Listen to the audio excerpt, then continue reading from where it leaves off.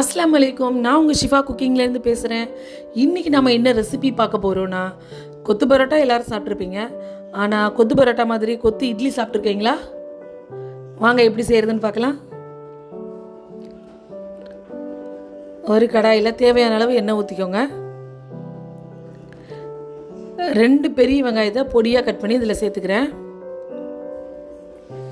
இப்போ நான் போடுற அளவு 4 இட்லிக்கான அளவு. வெங்காயம் ரொம்ப வதங்கணும்னு அவசியம் இல்லை, கொஞ்சம் இந்த மாதிரி வதங்கினா போதும். அதோட 3 பச்சை மிளகாயை பொடியாக கட் பண்ணி அதையும் இதில் சேர்த்துருக்கேன். நம்ம இட்லிங்கிறனால கொஞ்சம் காரசாரமாக இருந்தால் தானே நல்லாயிருக்கும், அதனால தான் நான் 3 பச்சை மிளகாய் சேர்த்துருக்கேன். ஒரு கொத்து கருவேப்பிலையும் சேர்த்துக்கோங்க.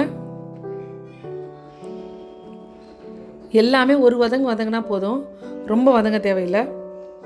இப்போ ஒரு 1/4 ஸ்பூன் இஞ்சி பூண்டு பேஸ்ட் சேர்த்துக்கிறேன். இஞ்சி பூண்டு அதிகமாக சேர்த்துறாதீங்க, அப்புறம் ஸ்மெல் நல்லா ரொம்ப ஓவராக இருக்கும். இந்த இஞ்சி பூண்டு மட்டும் எண்ணெயில் ஒரு 1 நிமிஷம் வதங்கட்டும்.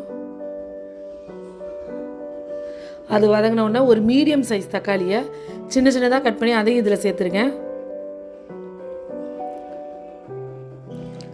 அடுப்பு லோ ஃப்ளேமில் வச்சு இந்த தக்காளி வதங்குற வரைக்கும் கொஞ்சம் பொறுமையாக இருங்க. இந்த தக்காளி எண்ணெயிலே நல்லா வதங்கணும். பாருங்கள், தக்காளி எண்ணெயிலே நல்லா வெந்துருச்சு. இப்போ நம்ம மசாலா சேர்க்கலாம்.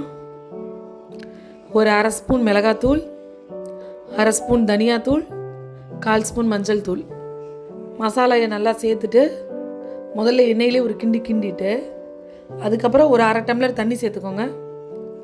இந்த மசாலா வெங்காயம் தக்காளி எல்லாம் நல்லா கொதிச்சு வரட்டும்.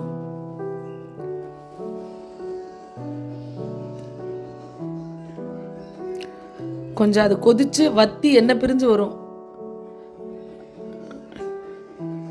பாருங்க. இப்போ தண்ணி வத்திருச்சு, இன்னும் கொஞ்சம் எண்ணெய் பிரிஞ்சு வரட்டும்.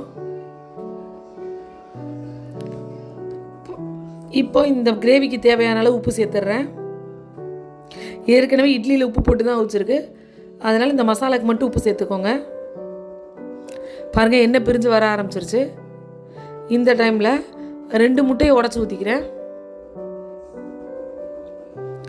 நல்லா முட்டையை கலக்கி கிண்டி விடுங்க.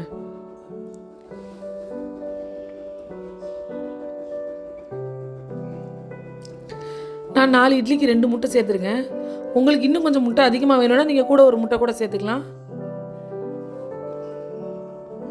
முட்டை இந்த மாதிரி கொலன்னு இருக்கும் போதே இட்லியை சேர்த்துறாதீங்க, நல்லா இருக்காது. முட்டை கொஞ்சம் நல்லா உதிரியாக வரணும்.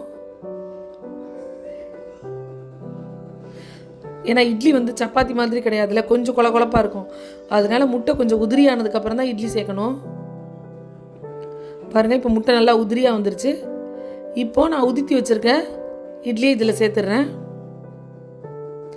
இட்லியை சேர்த்துட்டு நல்லா பொறுமையாக எல்லாத்தையும் நல்லா மிக்ஸ் பண்ணி விடுங்க.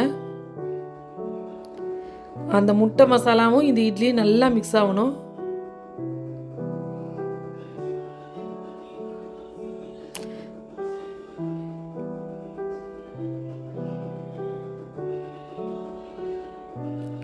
பாருங்க, இப்பவுமே பார்க்கும்போது அது கொத்து பரோட்டா மாதிரியே இருக்கு.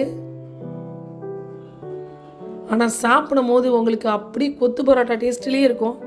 ஆனால் நல்லா சாஃப்டாக இட்லியில் சாப்பிடும் போது ஒரு டிஃப்ரெண்ட்டான டேஸ்ட்டாக இருக்கும். பாருங்கள், பார்க்கும்போது எவ்வளோ அழகாக இருக்குன்னு. அவ்வளோதான், கடைசியாக கொஞ்சம் கொத்தமல்லியை தூவி ஒரு மிக்ஸ் பண்ணி அடுப்பை ஆஃப் பண்ணிட வேண்டியதான். என்னோட சூப்பரான கொத்து இட்லி, அதாவது முட்டை இட்லி, எப்படி வேணாலும் சொல்லிக்கிறலாம். கொத்து இட்லின்னு சொல்லலாம், முட்டை இட்லின்னு சொல்லலாம். சூப்பராக ரெடி ஆயிடுச்சு.